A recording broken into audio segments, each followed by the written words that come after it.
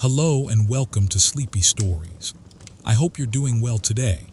Wherever you're listening from and whatever time it is for you right now, I'm truly glad you're here.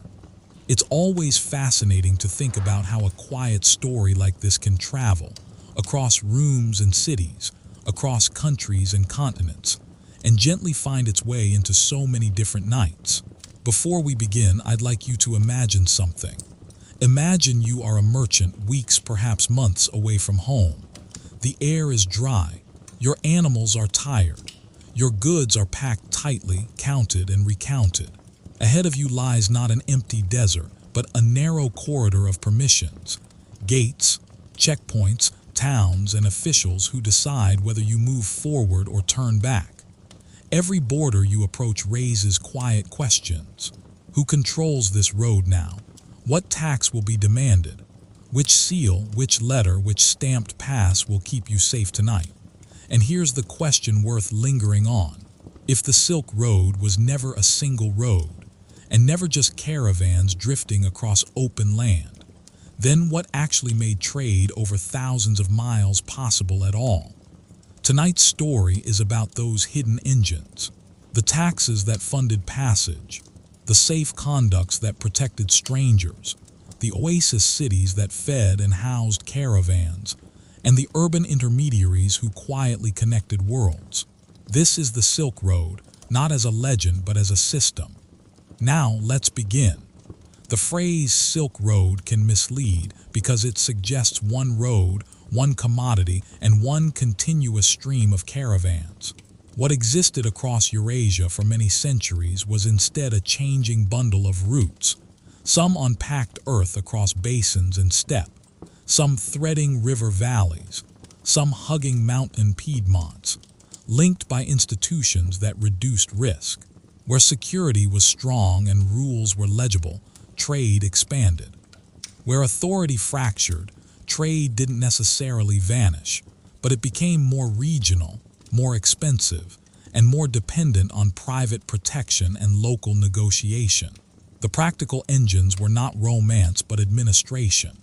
Customs posts that recorded goods and collected duties, safe conducts that converted strangers into permitted travelers, provisioning nodes that turned empty distances into staged journeys, and caravan cities that specialized in intermediation, translating languages, converting currencies, enforcing contracts, arranging animals, and moving information. Start with the basic physical constraint that shaped everything. A pack caravan is a machine for turning fodder and water into movement, and its limits are measurable. Animals can only carry so much, and much of that load is consumed just keeping the caravan alive. Grain or fodder for the animals, food for the people, spare leather, ropes, replacement shoes or pads, containers for water, and the tools to repair loads when straps break. The typical daily range of loaded camels and other pack animals depends on terrain and season. But long-distance travel across the inner Asian drylands was usually organized around predictable stages rather than heroic leaps. The stages existed because water and grazing were not evenly distributed. They clustered at oases, river crossings, mountain springs, and wells maintained by communities or states. That clustering produced a map of power. Whoever controlled a well, a pass, a river ford, or an oasis could demand payment, labor, or obedience, because travelers had few alternatives. The tax along the Silk Roads in practice was rarely one simple rate. It was an accumulation of claims. At some points, it was a formal customs duty assessed by officials who issued receipts.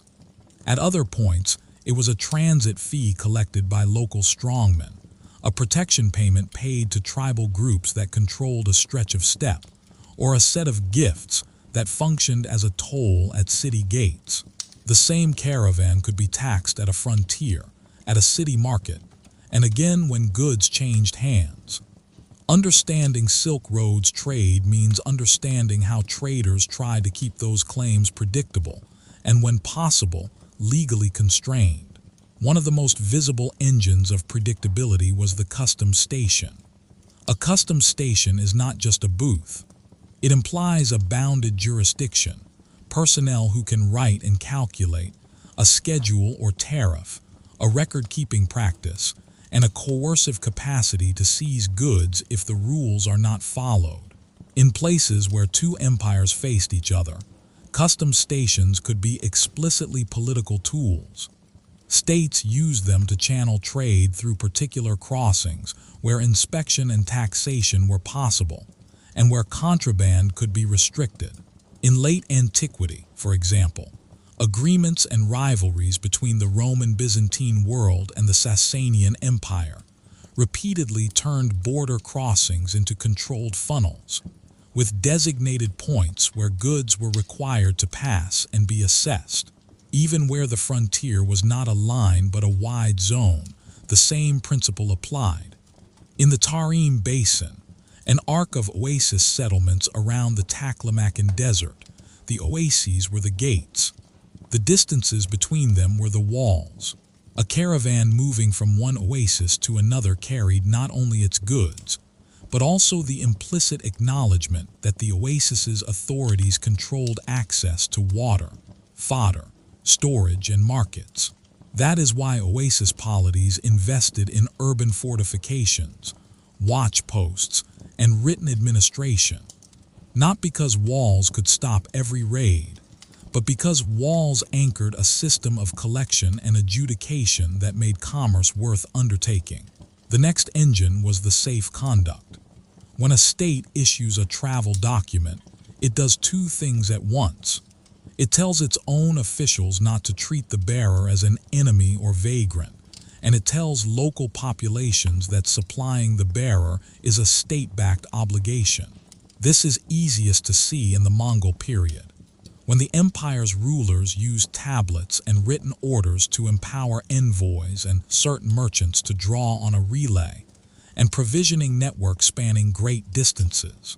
The Mongol Pesa, often described as a passport-like authority tablet, signaled that a traveler could demand services and supplies in the name of the ruling power, and it tied travel to the imperial postal relay system, commonly called the Yam.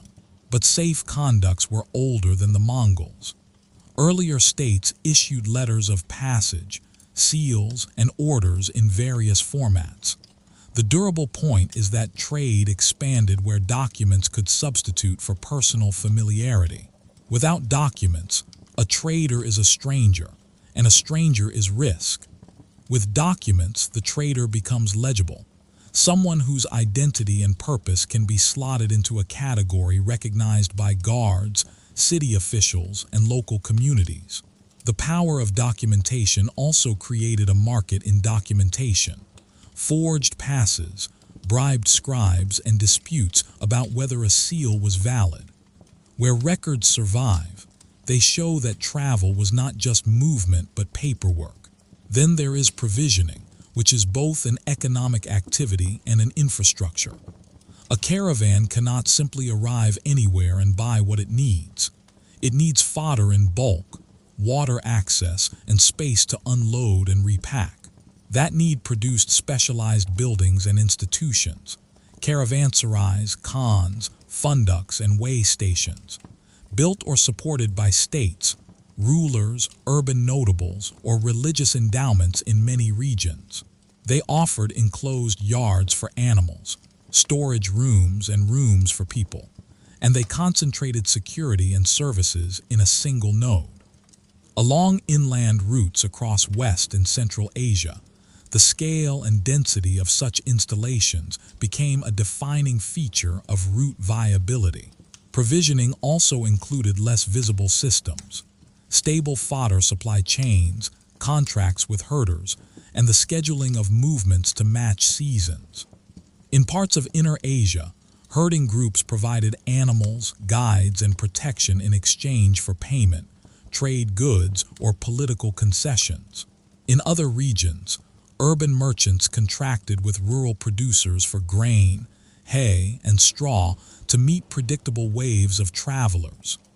Where a city became a regular staging point, Provisioning became a cornerstone of its economy.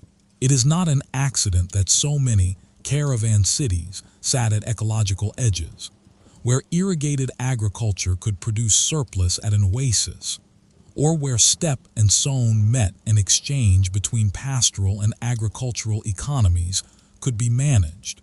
Those cities were not passive stops. They were institutions in their own right. A long-distance caravan was often not a single unified enterprise but a moving coalition. Different merchants might pool transport for a segment and split later. Some might specialize in one type of good, others in money changing, others in credit or in arranging onward transport. Most traders did not move a single load from one end of Eurasia to the other. Goods moved in legs, and at each leg the intermediation city took a cut. Through taxes, market fees, lodging, animal hire, brokerage, and currency exchange. The city's officials wanted trade to pass through their gates, but they also wanted it to be taxable, and those goals sometimes conflicted. Too heavy, a levy could push traffic to rival routes. Too light, a regime could leave the city unable to pay for security and maintenance. The balance was a political choice. To see how these engines work together, it helps to travel the route system in the order a caravan would experience it, starting in the east with the corridors that connected the Chinese heartland to the oases of the northwest. One major gateway was the narrow band of habitable land between mountains and desert, often called the Hexi Corridor, leading toward the passes into the Tarim Basin. The corridor's geography made it a natural funnel.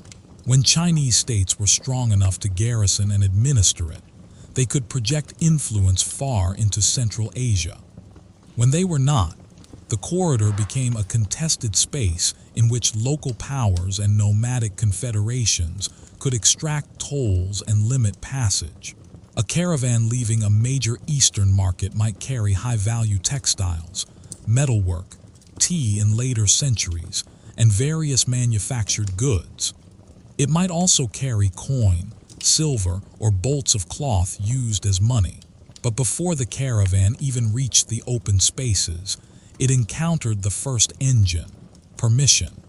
Who is allowed to cross? In many periods, frontier zones were militarized and travel could be restricted. Passes could be closed during war or political crisis.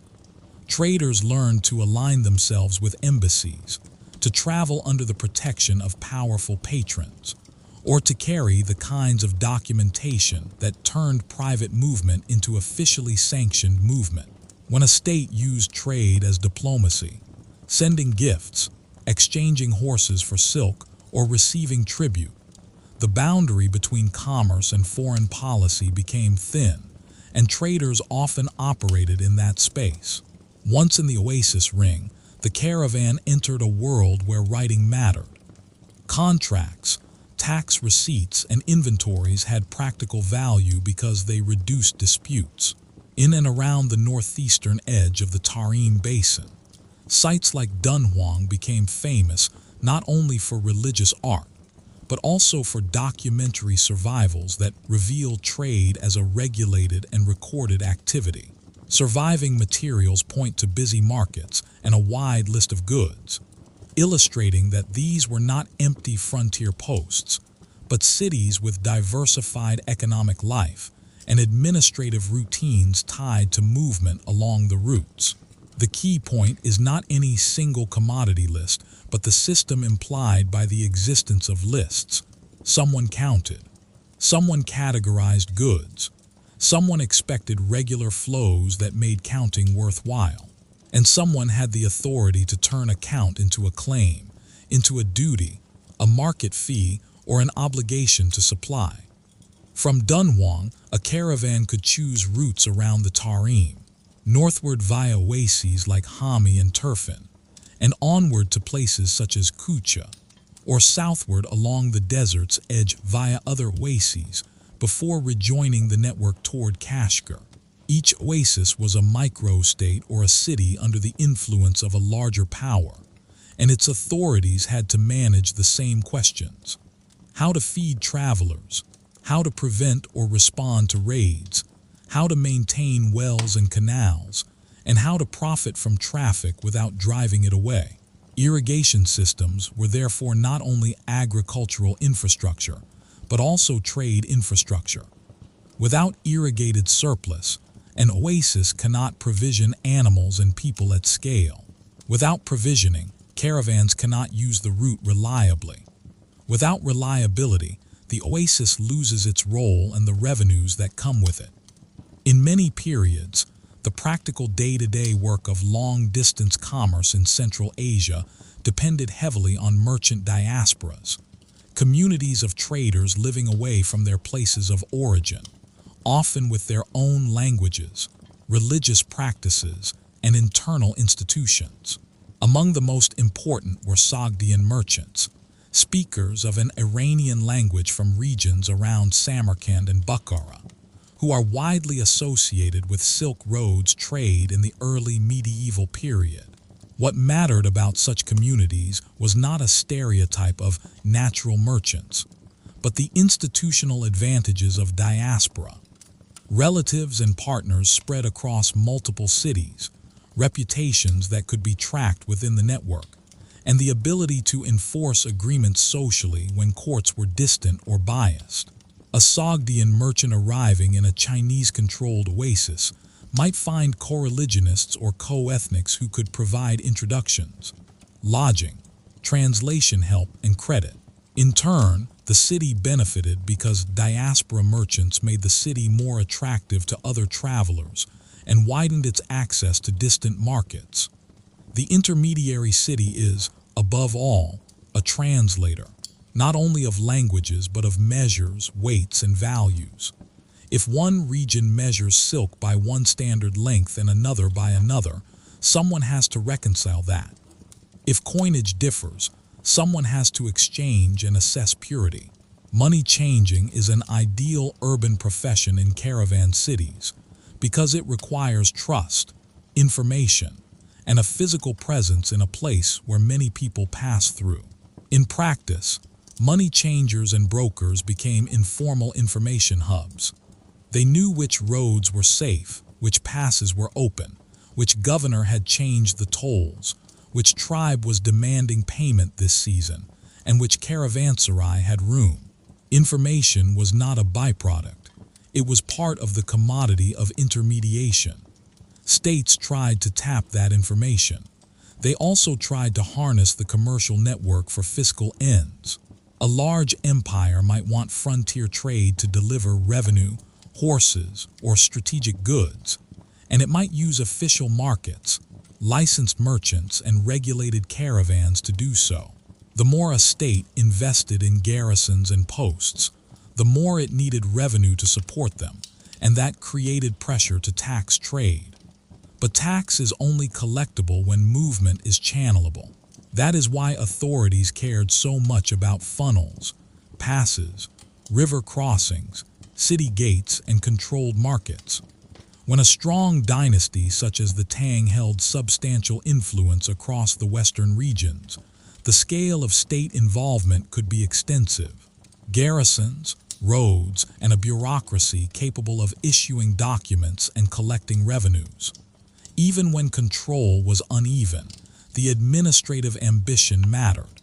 It meant that trade was imagined as something the state could structure. By granting permissions, maintaining routes, and extracting predictable payments.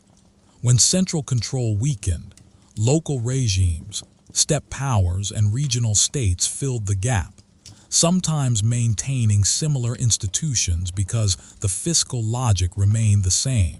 Even a small oasis kingdom had reasons to issue safe conducts and levy duties, because those tools converted geography into income. Moving further west, beyond the Tarim and into Transoxiana, the lands between the Amu Darya and Sirdarya, caravans entered a zone where urban networks were ancient and where political control shifted between local dynasties, steppe confederations, and larger imperial formations. Cities such as Samarkand and Bukhara were not merely stops, but manufacturing and distribution centers, with surrounding agriculture that could provision travelers, and with artisan production that generated trade goods. These cities also sat near steppe zones, where pastoralists controlled herds and could supply horses and other animals. The exchange between steppe and zone, managed in and through cities, was a long-running engine of Eurasian trade. Here the customs and tax story becomes more complex, because fiscal regimes overlapped. Agricultural taxes and land revenues usually formed the backbone of state finance, but trade taxes, market fees, transit duties, customs, were attractive because they could be collected at bottlenecks and were often paid in portable wealth. In Islamic polities, various tax categories existed, and the details varied by place and time, but the underlying administrative reality along trade routes remained. Authorities assessed claims on production and exchange, and they staffed offices to do it. For merchants, the key problem was not whether taxation existed, but whether it was predictable and whether it came with protection. A rational trader will accept a duty if the duty buys reduced risk and a quicker passage. A trader will avoid or bribe if the duty is arbitrary, if officials extort beyond known rates, or if the state fails to keep routes safe. So the fiscal engine is always paired with the security engine. When security collapses, due to war, rebellion, or endemic banditry, tax becomes harder to collect honestly and easier to collect violently. That in turn discourages trade and reduces long-distance flows. One can see this interplay during periods when great powers contested the same corridors. In some eras, war shifted traffic to alternative routes, more northerly steppe paths when southern oases were threatened, or vice versa. In other eras, states used trade as leverage, trying to restrict access to certain goods or to force commerce through particular controlled crossings. The existence of alternative paths meant that states could rarely monopolize movement completely. But states could influence the cost structure, and cost structure shapes which goods can travel. High-bulk, low-value goods rarely survive high tolls and high security costs. High-value, low-bulk goods like fine textiles, precious stones, and certain spices can. That distinction helps explain why silk became the symbol. Silk is high value relative to weight, making it suitable for long overland transport even when taxes and risks are significant. But caravans carried far more than silk.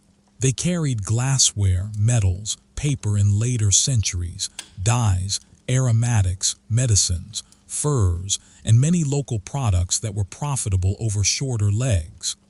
Much of the volume was in regional trade feeding the next city, not in intercontinental shipments.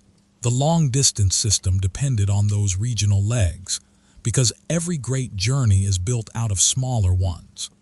As caravans approached the Iranian plateau and Mesopotamia, the character of intermediation changed again, because river systems, larger cities, and, in some periods, more intensive state bureaucracy altered how goods moved.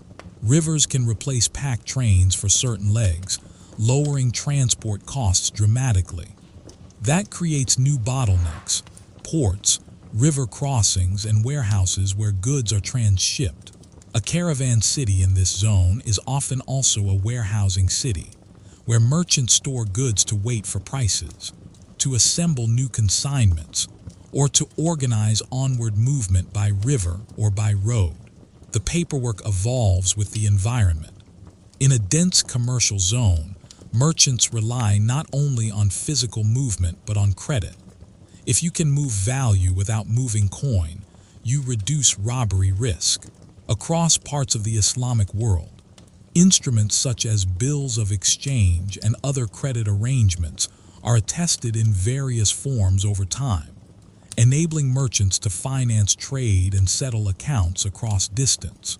The precise forms and their prevalence varied, but the general function was consistent. Trust networks and legal enforceability reduced the need to carry all value in cash. Courts, witnesses, and scribes became part of the commercial infrastructure, just as surely as caravanserais and wells. Legal enforceability is not a purely abstract matter. For a long-distance merchant, a contract is only as good as the ability to enforce it when a partner defaults, when goods arrive damaged, or when a debt is disputed. Cities that developed reputations for reliable adjudication became more attractive nodes.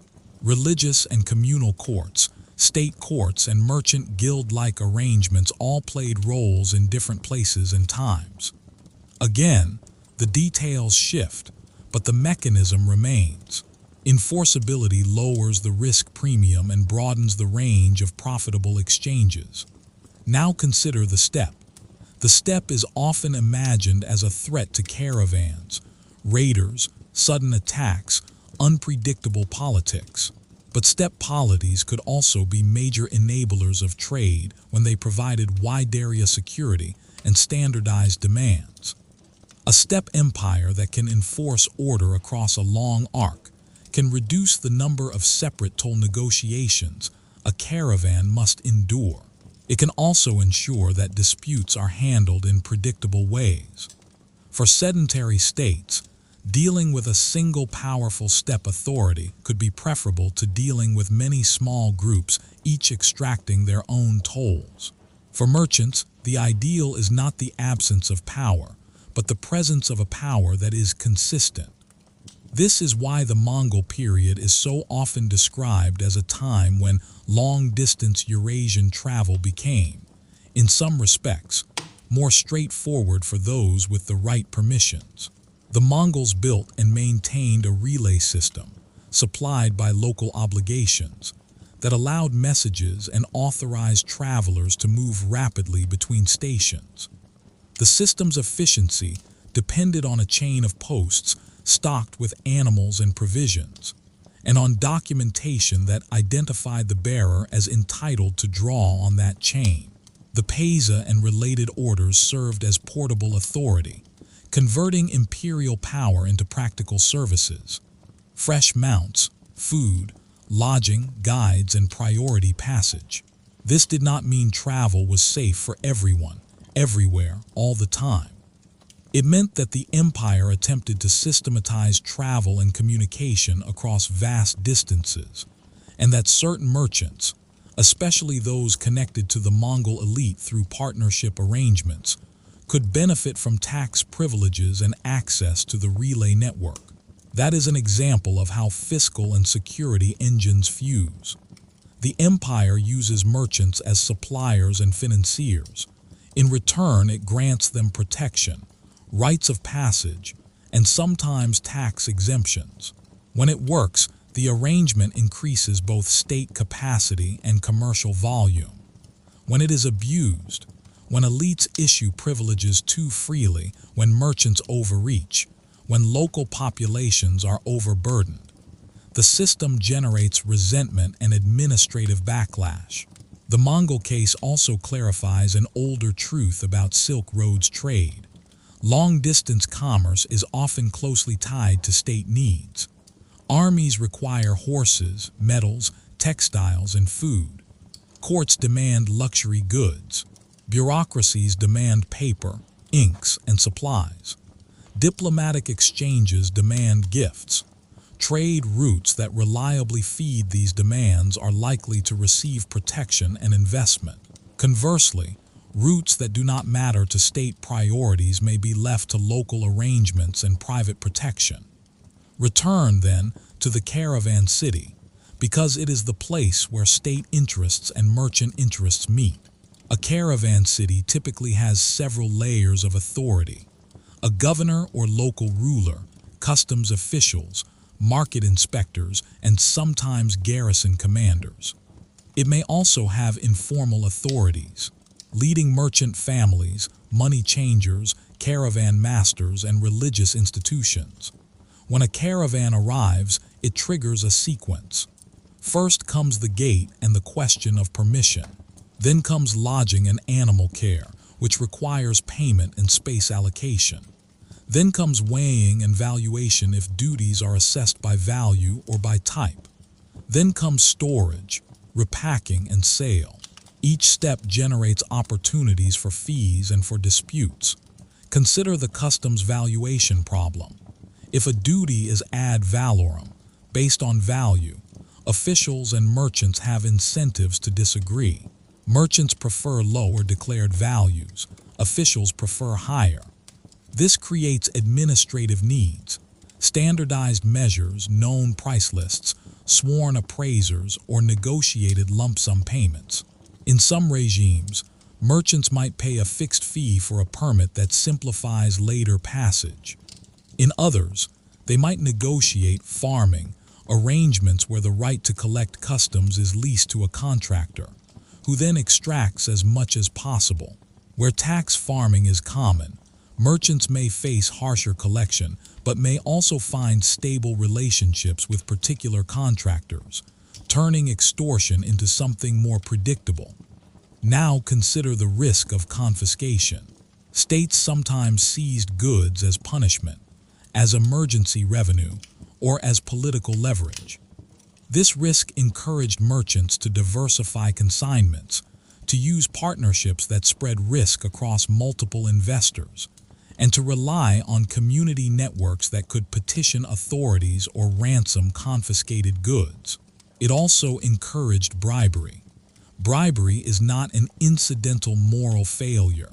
It is a structural response to discretionary power.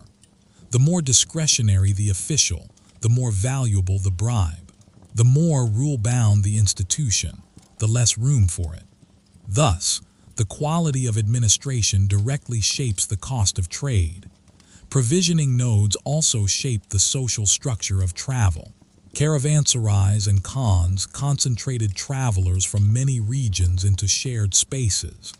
That produced practical outcomes: exchange of information, formation of new partnerships, and sometimes the spread of disease. It also produced a need for policing inside the node. Who keeps order? Who enforces payment? Who arbitrates fights?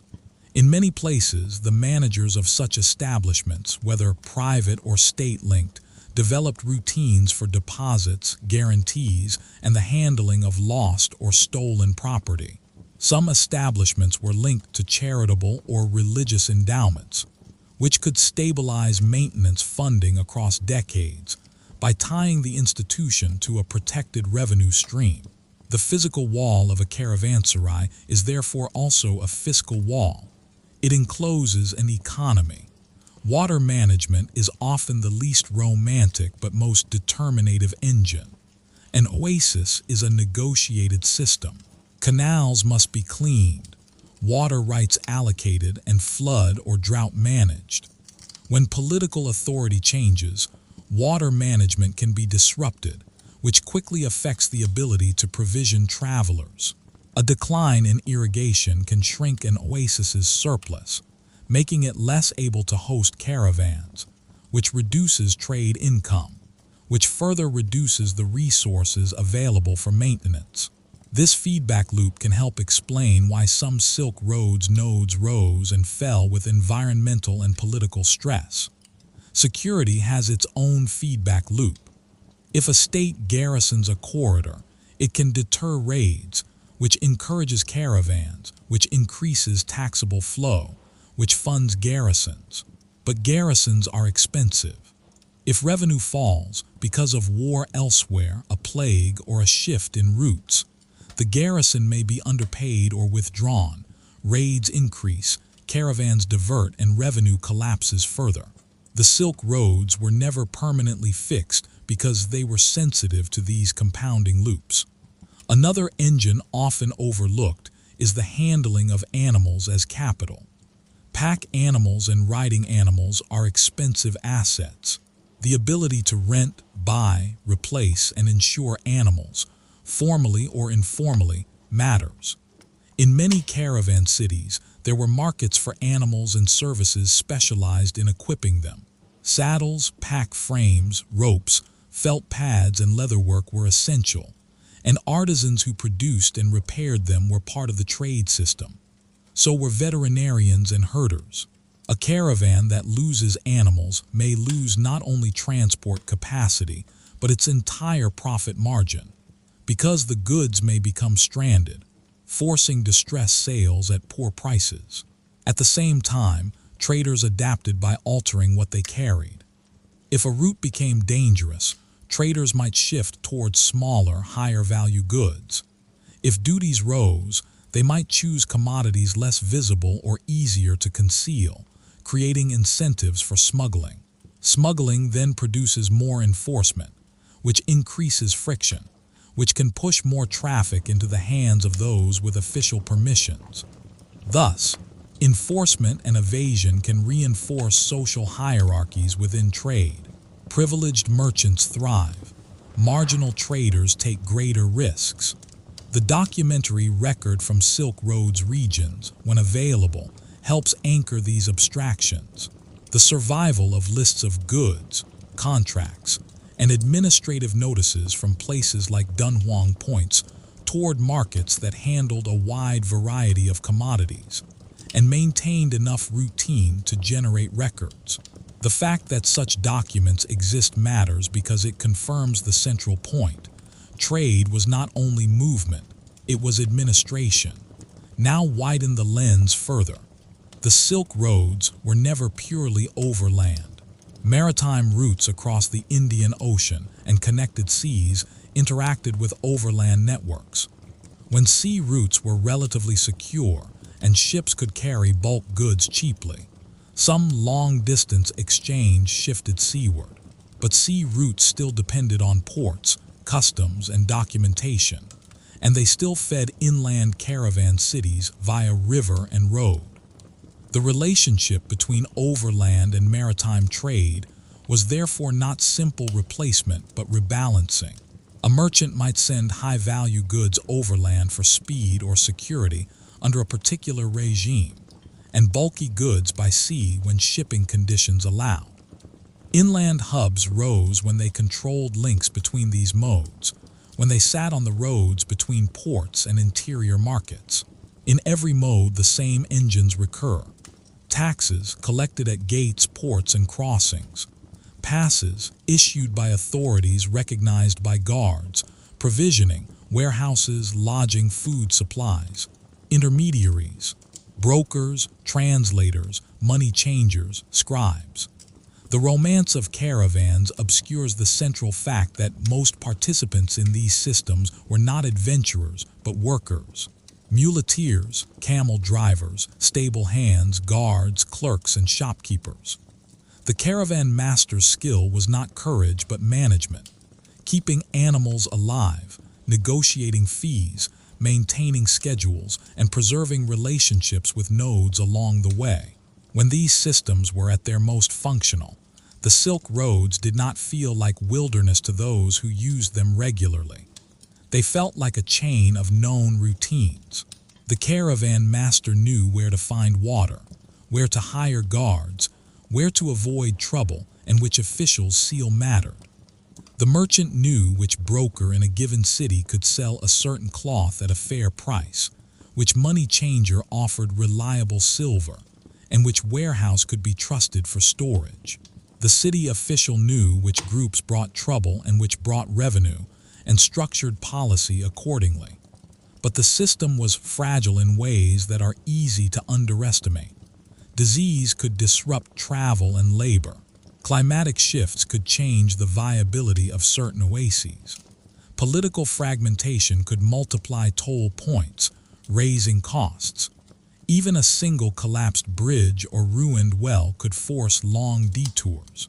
The Silk Roads were resilient overall because they were not one road. Traffic could shift. Yet that same flexibility meant no single authority could guarantee stability everywhere. Over the long term, what changed most were the political frameworks that stabilized or destabilized movement. In some centuries, large empires created long corridors of relative predictability. encouraging interregional exchange. In others, the route system became more like a patchwork of local regimes, each extracting its share. The practical experience of merchants depended on where they sat in that hierarchy. A trader with a recognized safe conduct, powerful patrons, and access to the right lodging houses could cross multiple zones with manageable friction. A trader without those advantages might be stopped, taxed repeatedly, or forced into unsafe detours. The Mongol example, again, provides a clear illustration of how an empire tried to formalize passage and communications through a relay system and documentary authority. Later, as imperial unity fractured and successor states fought, the same network could decay, posts could be underfunded, and the burden on local populations could become contested. The decline of a relay system is not just a logistical failure. It is a financial and administrative failure.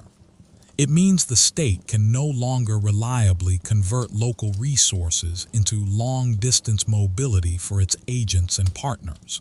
None of this implies a single direction of development or a simple story of progress and decline.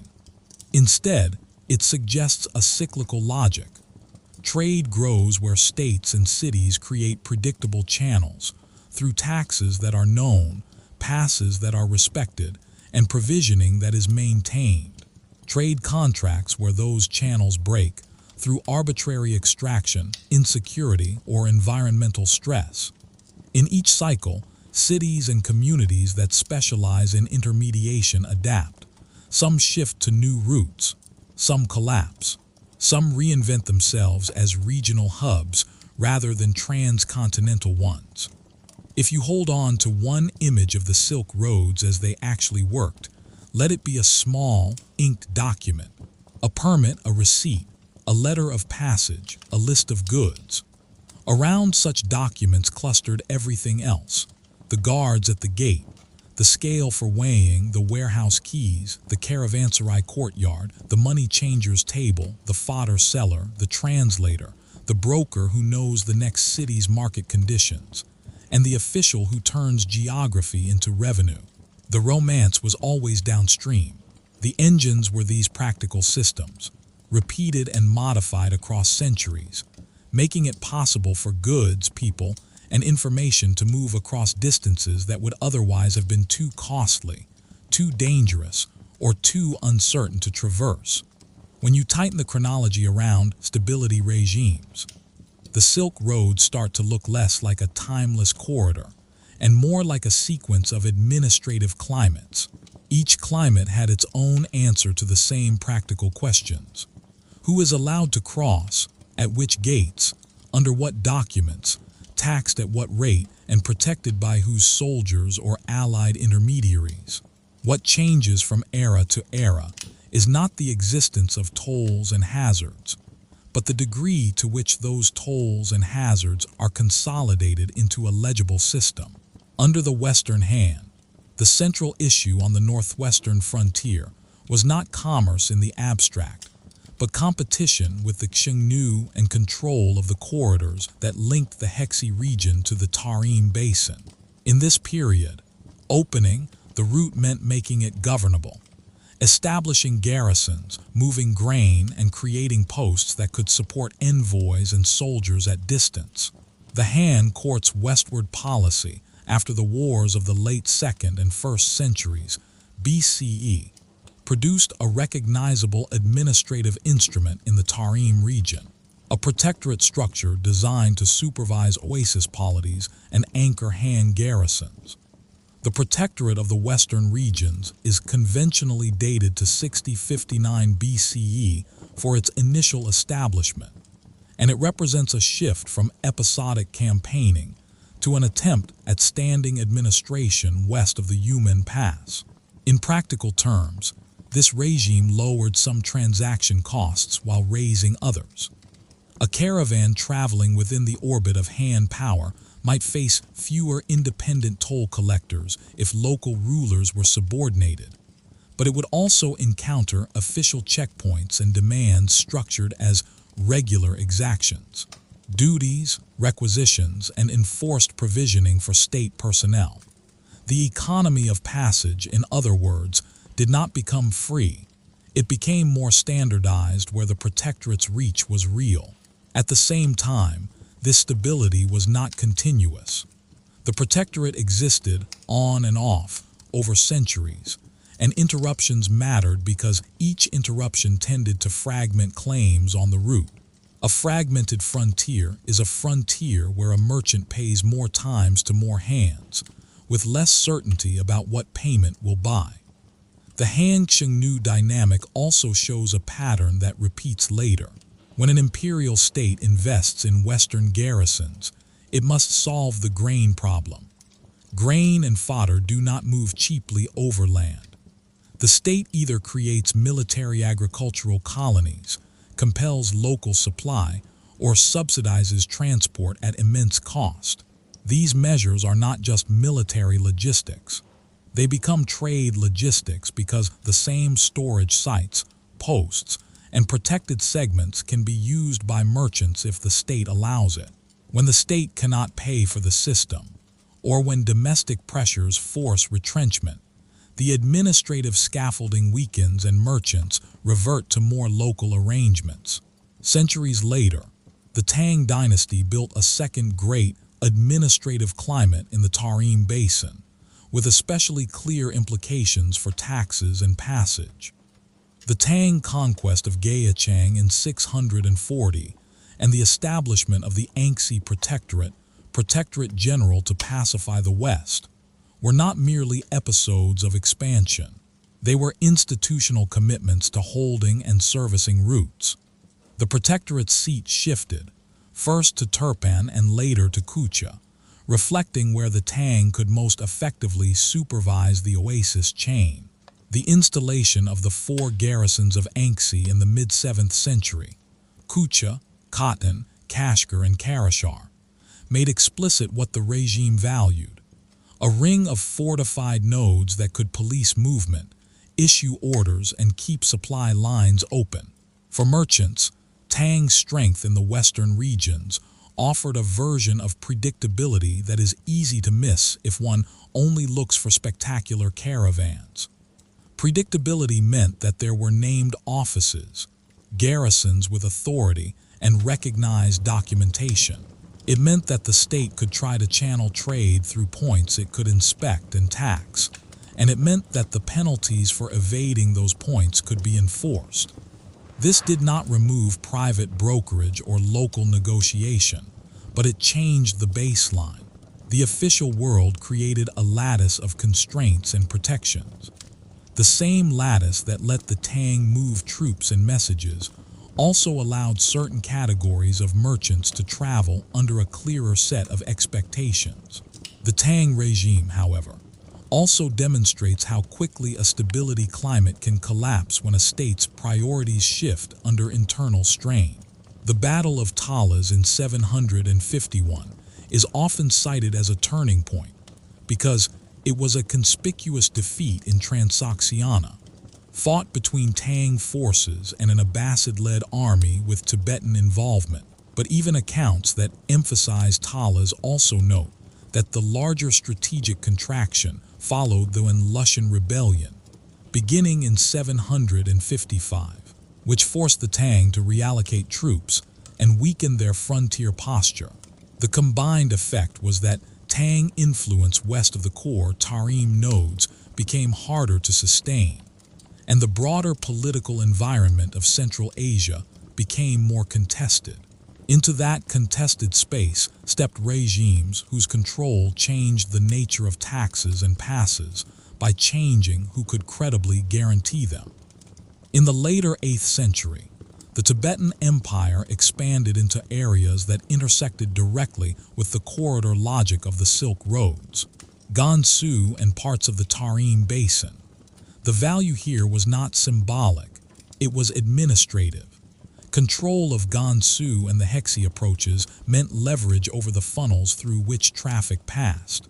Control of southern Tarim segments meant leverage over the oasis chain that made desert travel possible. Scholarship discussing mobility in the southern Tarim notes Tibetan control of much of Gansu by the 760s and dominance in the southern Tarim by the end of the 8th century, a timeline that matches the broader picture of Tang contraction and Tibetan consolidation in the region. Dunhuang is an unusually vivid case because it sits at a documentary crossroads. It is also a political barometer. A regime that holds Dunhuang can influence tax and record movement between the Hexi corridor and the Tarim routes. In work on Dunhuang's Tibetan period, the occupation is commonly framed as running from 786 to 848, ending when Zhang Yichao established control, and the area entered a phase of nominal Tang affiliation through the Gi circuit. This matters for route mechanics. A Tibetan-held Dunhuang implied Tibetan-issued permissions and Tibetan-aligned toll structures at one of the key administrative gates. A Zhang Yichao-led reversal implied new claims and new paper, even if much of the day-to-day intermediation continued through local elites and established merchant communities. During these centuries, Turkic powers also shaped passage rules in ways that were sometimes more important than any single sedentary empire's edicts. Steppe confederations and successor cognates could influence which routes were safe, which demanded payment, and which carried the reputational assurance that a caravan would not be attacked after paying a toll. The crucial distinction is between consolidated steppe authority and fragmented steppe authority. When a strong steppe regime standardizes demands and enforces them, merchants can incorporate that cost into planning. When the steppe is politically fractured, each local group can demand its own price, and the number of negotiations multiplies. The same distance becomes more expensive because it becomes administratively thicker. Sogdian merchants fit into this chronology not as a romanticized Silk Road people, but as a social technology that worked especially well under regimes of mixed sovereignty. When no single power can guarantee enforceable contracts across the whole route, traders rely more heavily on diaspora institutions. Family firms, communal arbitration, and reputation systems that function across cities. The Sogdian peak intermediation is therefore closely tied to periods when the route system was viable but politically plural, when goods could move, but a merchant needed reliable intermediaries at each handoff. The Sogdian advantage was less about controlling territory and more about controlling relationships. Translators, brokers, and partners distributed across multiple nodes who could coordinate exchange in the presence of shifting taxes and permissions. By the 9th and 10th centuries, the locus of stability on the western half of the overland system increasingly centered on Islamic polities in Transoxiana and Khurasan, where taxation and documentation became embedded in urban bureaucratic routines. The Samanid regime, commonly dated 800 and 999, is a useful marker because it combined a Persianate administrative culture with control of key cities, especially Bukhara, and with a capacity to shape the fiscal environment in which merchants operated. A Samanid stability climate did not mean that caravans traveled without hazard, but it did mean that many exactions could be collected through offices and markets rather than through ad hoc coercion, and that urban institutions could support credit, currency exchange, and dispute resolution at scale.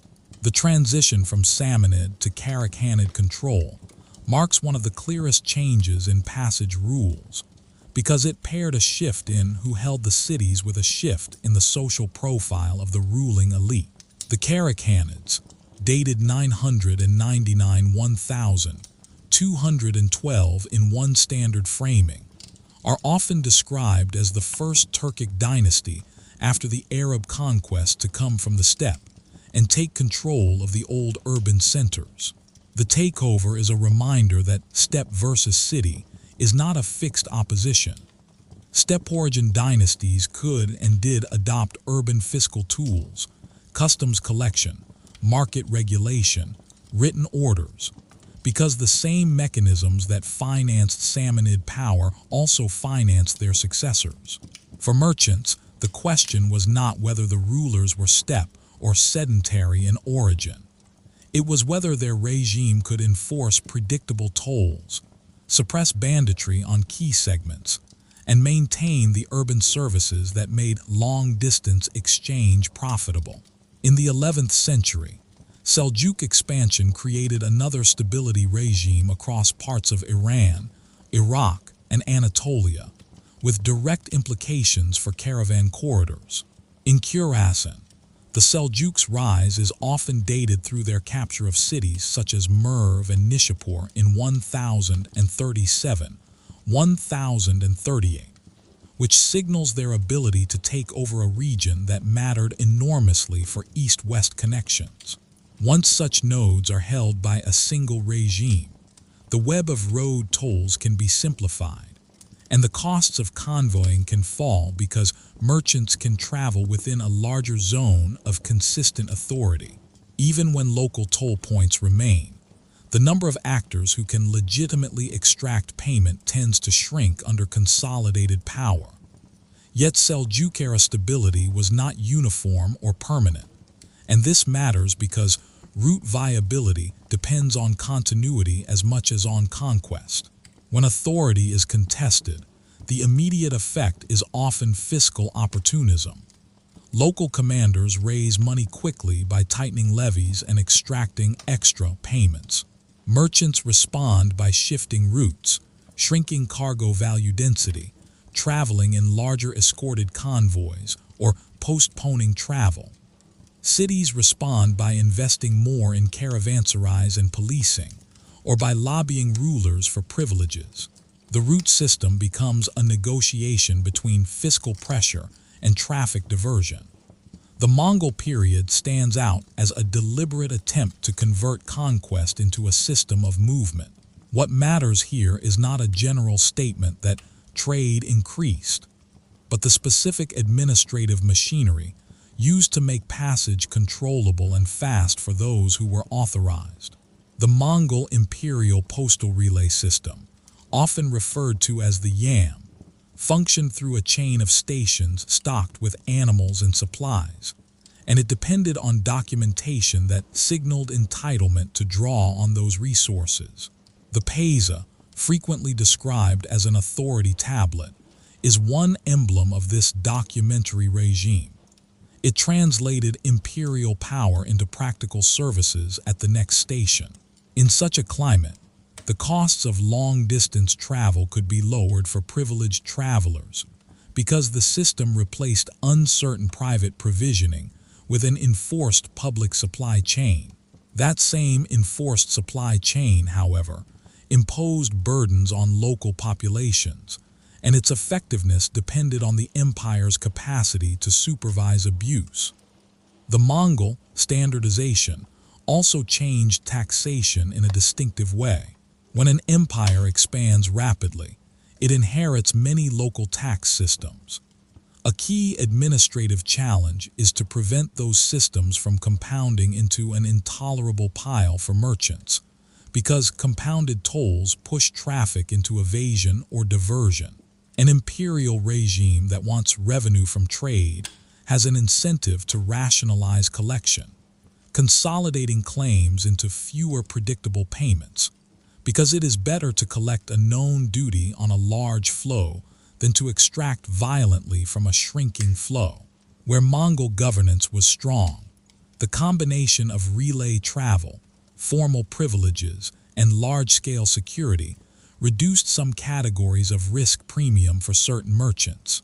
Where governance was weaker or local officials abused privileges, the system could generate the opposite effect: intensified extraction, counterfeit documentation, and a breakdown of trust in official passes. After the Mongol conquests, the later 14th and 15th centuries show how refragmentation reshapes the same mechanisms. Timurid power, associated with Timur's consolidation from 1370 onward, created zones of security and court demand that could stimulate trade and urban rebuilding. But the broader Eurasian system no longer had a single imperial lattice comparable to the unified Mongol period. A Timurid stability regime was, in many places, a regional regime, strong along certain axes, weaker on others, and dependent on dynastic coherence that was difficult to sustain across generations. When regional rulers compete, each tends to reassert customs rights at crossings and city gates, and each seeks revenue from the same caravan flows. The result is usually not the end of commerce, but its reorientation. Merchants choose routes that minimize the number of jurisdictions crossed, or they rely more heavily on local legs, or they move certain goods onto maritime routes where they can replace multiple inland toll points with a smaller number of port duties. Across this tightened chronology, the practical point is that taxes and passes are never peripheral details. They are the route's operating system. Under a protectorate model like the Han and Tang, the operating system is overtly bureaucratic, anchored in garrisons and offices that aspire to continuous oversight. Under Tibetan and Turkic control shifts, the operating system becomes more about controlling key funnels and enforcing a narrower set of claims that can still be lucrative, because geography forces traffic through a few gates. Under Sogdian intermediation peaks, the operating system is partly social. Diaspora networks and brokers make trade possible when political authority is plural, and its paperwork is inconsistent across zones. Under Samanid and Karakhanid transitions, the operating system becomes heavily urban again, with taxation and adjudication embedded in city institutions even as ruling elites change. Under Seljuk corridors, consolidation can lower friction by reducing the number of competing extractors, but instability can quickly reverse that effect. Under Mongol standardization, the operating system is explicitly imperial, documents, relay stations, and privileges, designed to turn distance into a managed space. Under Timurid and later fragmentation, the system returns to a patchwork, and merchants respond as they always do, by routing around friction, buying protection where necessary, and leaning on intermediaries who can turn shifting authority into predictable passage. A merchant working these routes learns quickly that the road is mostly doors, ledgers, scales, and water rights. The movement between cities is the visible part, but the route experience is defined by what happens at the points where someone can stop you. The gate of a walled town, the mouth of a corridor, a river crossing, the entrance to a pass, the edge of an irrigated oasis where fields end and dryland begins. The same journey can feel like a single connected world in one century, and like a chain of unrelated bargains in another, even if the geography is unchanged. In a Han stability regime, the merchant's first problem is not distance, but authorization to approach the frontier funnels. The Hexi corridor is not simply a stretch of land. It is a controlled approach. When the court can sustain garrisons and offices toward the western passes, travel is more likely to be routed through recognized points. The merchant's practical routine is built around those points, reaching the frontier city with enough time to deal with inspections, paying the required fees, and obtaining or presenting the papers that make the next segment possible. Where official control is real, the experience is that of being counted. Goods are categorized, quantities noted, perhaps sealed. The duty is not a single moment. It can be a chain, a fee for entry, another for market access, another for exit, and sometimes demands that are not framed as tax at all, but as supply obligations when officials requisition animals, fodder, or transport. The advantage is that, within that system, there is at least a definable authority to appeal to if a local guard overreaches. The disadvantage is that the state itself can be the largest extractor because it has the means to take, and it has distant needs, especially grain and horses, that turn commerce into a fiscal and strategic resource. In that same hand climate, once the merchant is west of the main frontier gates and within the reach of protectorate administration, the route experience becomes a sequence of oasis jurisdictions. An oasis is not an open market. It is a managed island of water. A merchant arriving with pack animals needs fodder and water immediately, which means dealing with whoever controls access. An official, a landlord, a caravanserai manager, or a community authority that sets terms. Payment might be coin, cloth, metal, or goods. The form matters less than the predictability. The more the oasis authorities can enforce regular terms, known fees for stabling, known prices for fodder in normal seasons, the more a merchant can plan load sizes and departure dates. When the state is strong, it may try to standardize these arrangements, but even then the merchant's routine is local. Hire a guide who knows the next stage's wells, arrange animals for the leg ahead if losses occurred, and secure storage if goods must wait for a better market or for an onward caravan to form. When Tang power expands into the western regions, the route experience becomes more explicitly bureaucratic again, and the merchant feels it in the density of official presence. The Tang's garrison nodes make certain segments less dependent on private protection and more dependent on compliance. Passage is more likely to require recognized documents, and the merchant's planning shifts toward legal legibility, traveling with papers that officials and gate guards are trained to respect, timing arrival to avoid administrative bottlenecks, and choosing lodging that is known to handle official inspections without causing delays. In a Tang-held corridor, the merchant expects formal markets and regulated gates where exactions are framed in official terms. The city is not only a place to sell, it is a checkpoint where the state wants visibility. Weighing and measuring become routine, not exceptional. If a duty is assessed, the merchant wants a receipt, because a receipt can be shown later if another official tries to tax the same goods again within the same jurisdiction. That receipt is not merely proof of payment. It is a tool for reducing repeated extraction. The Tang regime also changes the relationship between merchants and intermediaries. Intermediaries do not disappear, but their value shifts. A broker is not only someone who finds buyers. A broker is someone who knows how to navigate the office. Which official is responsible for which category of goods?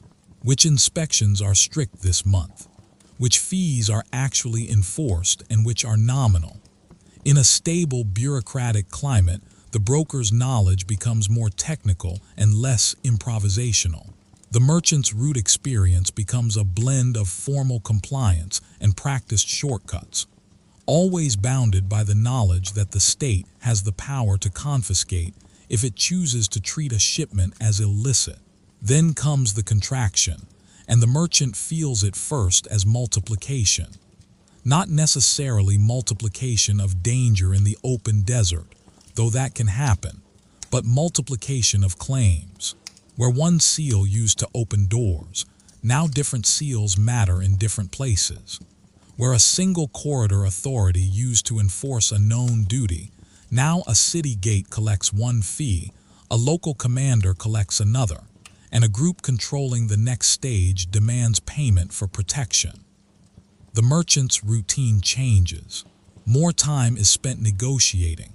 More goods are carried in forms suited to quick payments, and caravans grow larger for mutual defense because the cost of a guard per load decreases as the convoy grows.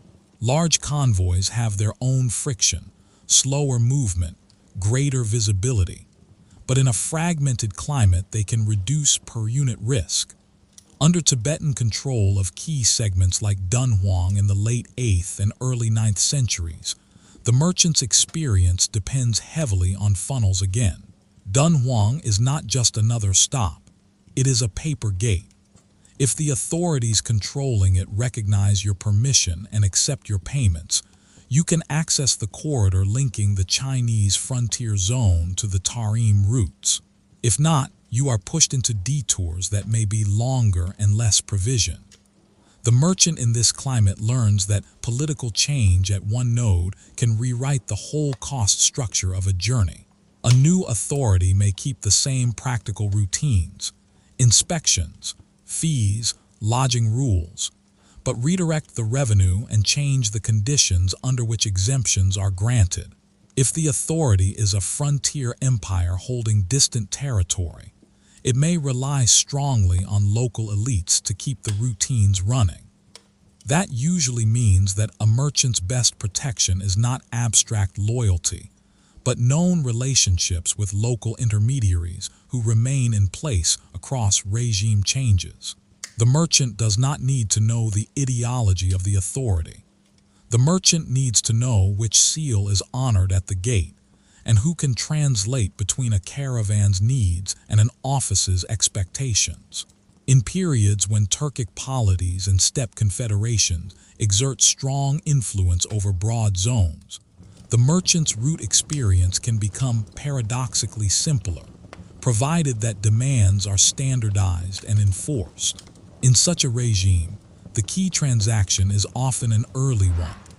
Pay an agreed toll, offer required gifts, or secure an escort arrangement, and then travel with fewer interruptions across a long stretch.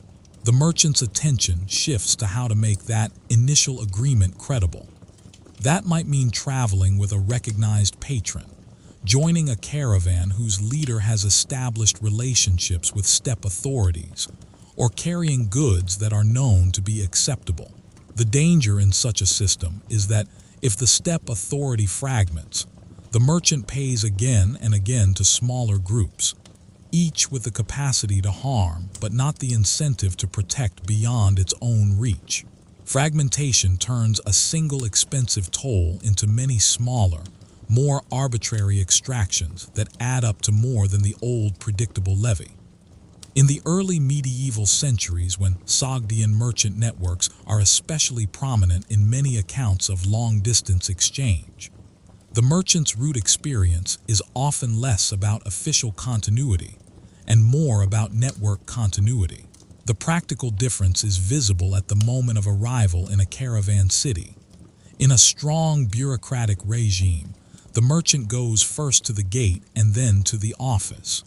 In a network regime, the merchant goes first to a host, a contact who can arrange lodging, translate, and connect the merchant to the right brokers and money changers. The host's value is that he can make the city navigable quickly. He can also make disputes survivable. If a shipment is delayed, if a buyer defaults, if an official overcharges, the merchant's leverage comes from being embedded in a community that can apply pressure through reputation and repeated dealings. In such climates, a merchant's main asset is not a document but a name that means something in multiple cities. When you move into a Samanid-centered stability regime in Transoxiana and Khurasan, the merchant's route experience becomes more urban and more monetary. Cities like Bukhara and Samarkand are not only waypoints, they are places where value can be converted. A long-distance merchant arriving here expects to handle coin exchange and bullion testing because coin standards, weights, and acceptable purity can vary across regions. The merchant also expects to deal with credit and partnership in more formal ways because the risks of carrying large amounts of coin are constant. And because mature urban markets support financiers, brokers, and scribes who can record obligations, the practical routine is that goods arriving in a city may be warehoused, while the merchant seeks the best price, or while a partner sells on commission. Warehousing itself becomes part of the route experience. The merchant must choose storage that is secure, documented, and tied into local enforcement. The more predictable the local legal environment, the less the merchant needs to rely on private force. At customs points within these regimes, the merchant faces valuation. If duties are assessed by category or value, the merchant's aim is to minimize disputable ambiguity. That can involve traveling with standardized packaging and inventories, so that quantities and categories are clearer and easier to defend. It can involve prearranged relationships with appraisers who are recognized by the office. It can involve lump sum deals where a caravan negotiates a collective payment for rapid clearance, rather than allowing each bale and bundle to be priced individually. A stable regime does not eliminate bargaining. It moves bargaining into known forms. The Samanid-Karakhanid transition changes the merchant's experience less by reinventing the tools than by altering which relationships matter most. When a new ruling elite takes key cities, offices and taxes often remain because they are the machinery of revenue. What changes quickly is the chain of favor: who grants exemptions, who enforces, and which intermediaries can speak effectively to power. In such transitions, merchants often hedge. They split consignments, diversify routes, and rely more on caravans that have broad social ties rather than narrow political ties. If the new rulers stabilize and maintain predictable collection, trade routines normalize, and the merchant's experience becomes once again a matter of learning the new tariff reality and the new gate etiquette. If instability persists, the merchant's experience remains volatile, and longer distance ventures are postponed or shifted toward goods with higher value to weight that can survive elevated costs. In a Seljuk corridor regime, especially where consolidated control extends across multiple major nodes, the merchant's route experience is often defined by fewer major negotiations across a larger zone. A long stretch of travel within a single political umbrella can reduce the number of independent extractors, which matters more than any single rate. Even if the state collects robust customs at key cities, merchants can plan around it if the rules are consistent. The Seljuk world also emphasizes the role of caravan infrastructure and guarded nodes, because moving across Iran and into Anatolia involves both open terrain and mountain crossings where funnels naturally appear. In such climates, the merchant's day-to-day route experience is strongly linked to the chain of lodging and security. Selecting caravanserais that are known for protection, timing mountain passes by season, and joining convoys for the most exposed legs. Where authorities invest in safe staging points, the merchant can carry more goods per animal because less capacity is wasted on defensive contingencies and emergency provisions. Then the Mongol imperial standardization produces a route experience that, for the right categories of traveler, can feel like a different technology of distance. Distance is reduced not by flattening mountains, but by replacing improvisation with entitlement. If a merchant is among those authorized, through partnership with the ruling elite, through service to the state, or through other recognized privileges, the journey becomes organized around relay stations and recognized authority tokens. The practical effect is fewer delays in finding fresh animals, more reliable access to food and lodging, and faster movement of messages, which in turn supports faster coordination of sales and purchases. A merchant in this system can make plans with shorter margins because information moves more quickly. Prices and political news can be learned sooner, and a caravan can be rerouted before disaster rather than after. But the merchant also experiences the system's sharp edges. The need to prove entitlement at each station, the risk that local officials resent privileged travelers, and the possibility of severe punishment if documentation is disputed. Standardization raises the stakes of paperwork. A forged or misused authorization can provoke crackdowns that affect many innocent travelers. In Mongol space, the merchant's most important practical skill is aligning with the right category. A traveler who is legible as authorized can draw on the system. A traveler who is not legible becomes dependent again on private provisioning and local bargains, often in an environment where local populations are already burdened by state demands. This can create a stratified route experience. Some caravans move with priority and speed, others move slowly and with greater vulnerability. The existence of imperial relays does not equal universal safety.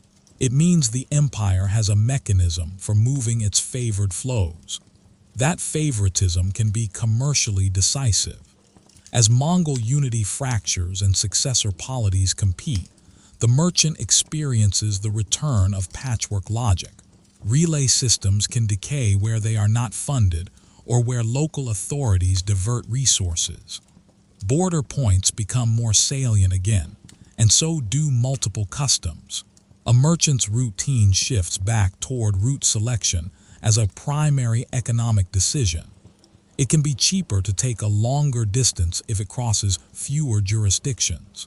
It can be safer to accept one heavy duty at a strong city if it prevents repeated extraction on a weaker road. In such climates, merchants also rely more on maritime alternatives when they are available and competitive, because sea routes can replace many inland toll points with a smaller number of port customs and a different risk profile. In a Timurid regional stability regime, the merchant's route experience often hinges on the court-city axis. When a powerful court concentrates demand and patronage, certain cities become magnet markets. Merchants aim to reach them because the high-value goods that survive overland transport, fine textiles, gems, metalwork, specialized manufactures, can find buyers among elites and their supplier networks. The court's presence can also mean investment in urban rebuilding and security along favored corridors. But because the system is regional rather than pan-Eurasian, the merchant plans for discontinuity at the edges. The core zone might offer strong enforcement of customs and contracts. The peripheries might revert to negotiated protection and local tolls. A merchant's journey, therefore, becomes segmented. One portion feels like travel within a coherent fiscal space. Another portion feels like stepping through a series of unrelated jurisdictions. Across all these regimes, the merchant's route experience can be summarized without romance. The road is a succession of conversion problems. Convert goods into permissions at the gate. Convert permissions into safe passage to the next water source. Convert arrival into lodging and fodder. Convert inventory into marketable categories that officials will accept and buyers will value. Convert proceeds into a portable form suitable for the next jurisdiction. Coin, bullion, textiles used as money, or credit arrangements backed by a partner network. Convert disputes into enforceable outcomes, whether through an office, a court, a communal authority, or a broker's reputation leverage. The political stability regime determines which conversions are easiest and which are most costly. Under consolidated empires, conversion is more bureaucratic and sometimes faster, but more dependent on official recognition. Under fragmented authority, conversion is more negotiated and more socially dependent, but also more vulnerable to arbitrary extraction. Under network-dominated conditions, conversion is anchored in trust and diaspora infrastructure, which can outlast political change, but can also fail when violence overwhelms local enforcement. That is why, when you look at the long chronology, the most important continuity is not any single route line. It is the repeated rebuilding of a workable chain of gates, documents, provisioning, and intermediaries. When that chain holds, trade expands outward in legs and handoffs. When it breaks, trade does not vanish so much as contract inward, seeking the nearest stable zone where conversions remain predictable.